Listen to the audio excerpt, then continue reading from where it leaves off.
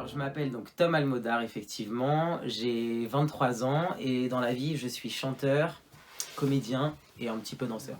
Alors, j'ai fait une école de comédie musicale pendant 1 an qui s'appelle Choréa, dans laquelle j'ai appris à peaufiner un peu mon jeu de comédien, où j'ai réellement commencé à prendre des cours de chant, parce qu'avant c'était assez instinctif. J'ai travaillé beaucoup la danse aussi.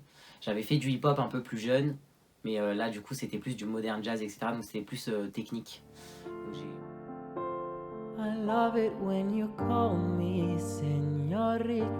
bien qu'en y repensant, je me dis waouh, c'est allé si vite, c'était tellement intense. En fait, c'est un peu arrivé par hasard. J'étais sur le Tour de France cette année, cet été. Je fais comédien sur la caravane publicitaire. Et à un moment, donc, je conduisais et je mets une musique où je chante sur la radio du van. Et donc, ma chef de projet me filme et identifie donc sur Instagram The Voice en leur disant que faites-vous. Et en fait, ça s'est fait comme ça, comme une boule de neige. Ça a été vu, ça a été repris. Et un casteur a fini par m'appeler. Je me suis retrouvé au pré-casting, ça a fonctionné. J'ai pris beaucoup de recul par rapport à tout ça. J'y croyais pas, en fait, d'aller jusqu'aux auditions à l'aveugle. Donc, dans ma tête, je me suis pas enflammé. Je voulais pas me projeter. Parce que pour moi, ça allait pas se faire.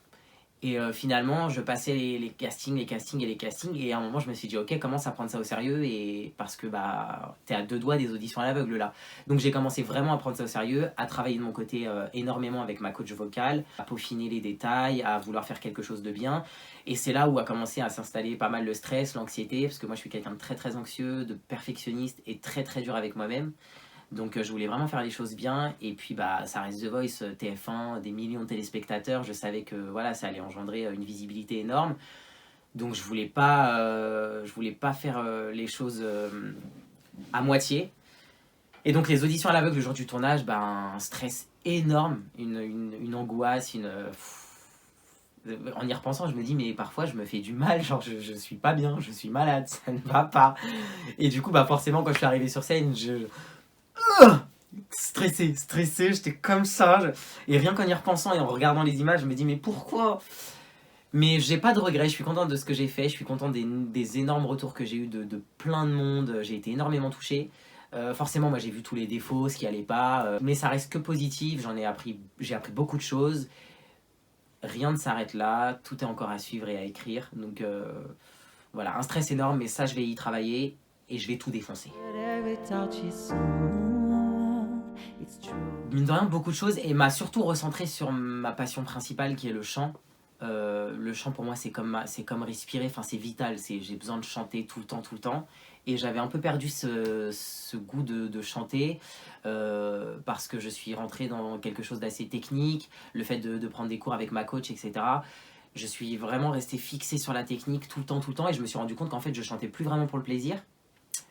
Ça m'a ouvert les yeux sur le fait qu'il faut absolument que je travaille sur mon anxiété et mon stress parce que ça me fait défaut et c'est dommage. Ça m'a ouvert les yeux sur voilà, qu'il faut que je foule les scènes, que ce soit les scènes ouvertes, que je fasse des pianos bars, que j'aille à la rencontre des gens en tant que Tom Almodar, que je me fasse plaisir, que je chante ce que j'aime. Enfin, voilà, ça m'a recentré principalement sur mon goût de chanter et ma passion, mon rêve premier. C'est drôle parce que j'ai reçu énormément de messages et dans les 70% des messages, à chaque fois, il y avait des retours de gens qui me disaient franchement, retente, t'y étais à 2 doigts, etc. Là, actuellement, je me dis pas oui, il faut absolument que j'y retourne, il faut que je passe ces auditions à l'aveugle. Non. Maintenant, si effectivement, j'ai une part de moi-même également qui peut me dire retente-le, mais c'est surtout retente-le, retourne-y, mais gère ton stress. Maintenant que tu sais comment ça se passe et quels sont un peu voilà, ce qu'il faut que tu bosses, comment ça se passe sur place, j'appréhenderai déjà mieux l'aventure et mieux le tournage de l'audition à l'aveugle.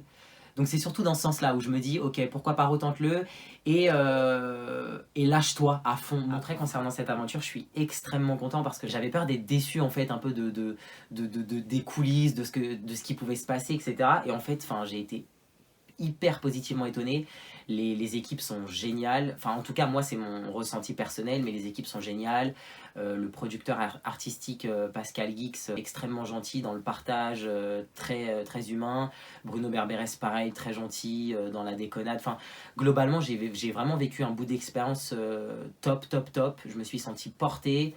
Donc franchement, je suis très content. Donc c'est aussi peut-être pour ça que où je me dis pourquoi pas ne pas y retourner.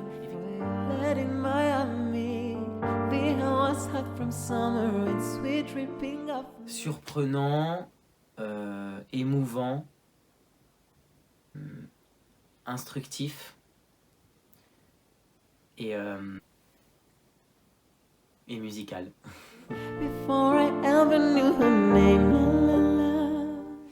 Oh ouais, pas mal, ouais. Ouais, pas mal. Je suis quelqu'un d'assez...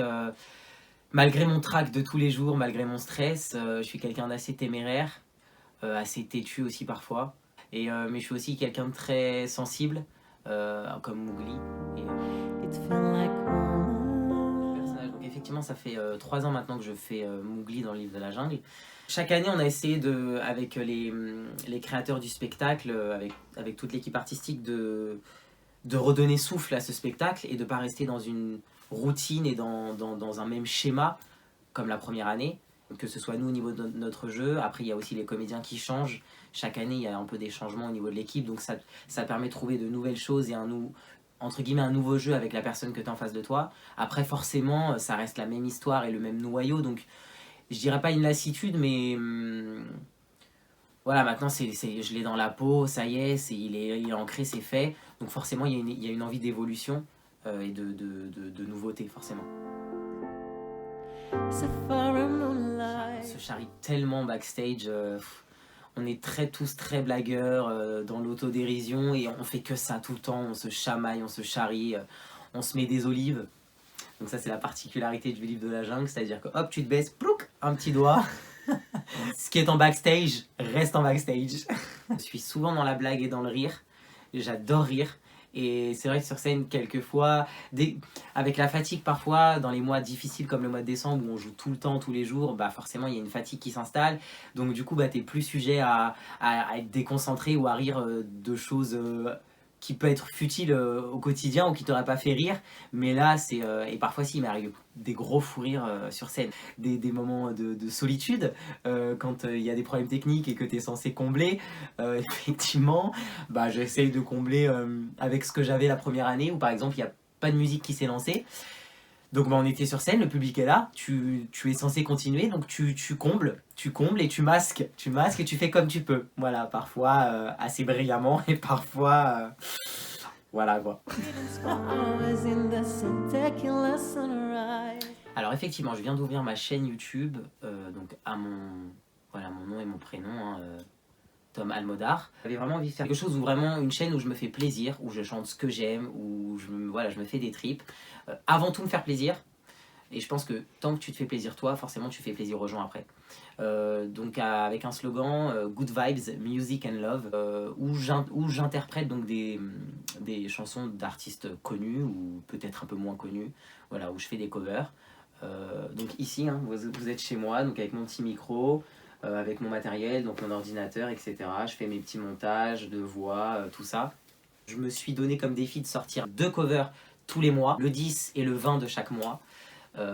Et donc vous pouvez donc retrouver tout ça sur ma chaîne YouTube Tom Almodar. Principalement développer au maximum ma chaîne YouTube. Après je passe encore des auditions pour des spectacles. Développer mon répertoire, faire des scènes ouvertes. Bientôt. Voilà, au maximum. Me concentrer sur moi et mes chansons. Il se pomponne, il se maquille, il se make-up, il s'échauffe, il se détend, il respire. Sur le livre de la jungle, à ce que ça commence, parce que je suis excité, j'ai envie d'y aller. Et sur les scènes, je viens en tant que Tom Almodar, il pense à respirer, à se détendre. Il ressent, c'est très cliché, mais il ressent le bonheur de faire ce qu'il aime dans la vie. le bonheur de voir le public. Non, heureux d'être là, heureux de faire ce que je fais, c'est une chance énorme. Avec les grèves, c'est très compliqué de vous recommander un spectacle dernièrement que j'ai été voir. Et puis le mois de décembre a été très chargé, donc je suis pas énormément sorti au théâtre. Mais l'un des derniers que j'ai vu en date et qui est très très marrant, où tu passes réellement un bon moment, c'est J'ai envie de toi. Et forcément le livre de la jungle, dans lequel vous passerez également un super bon moment. Le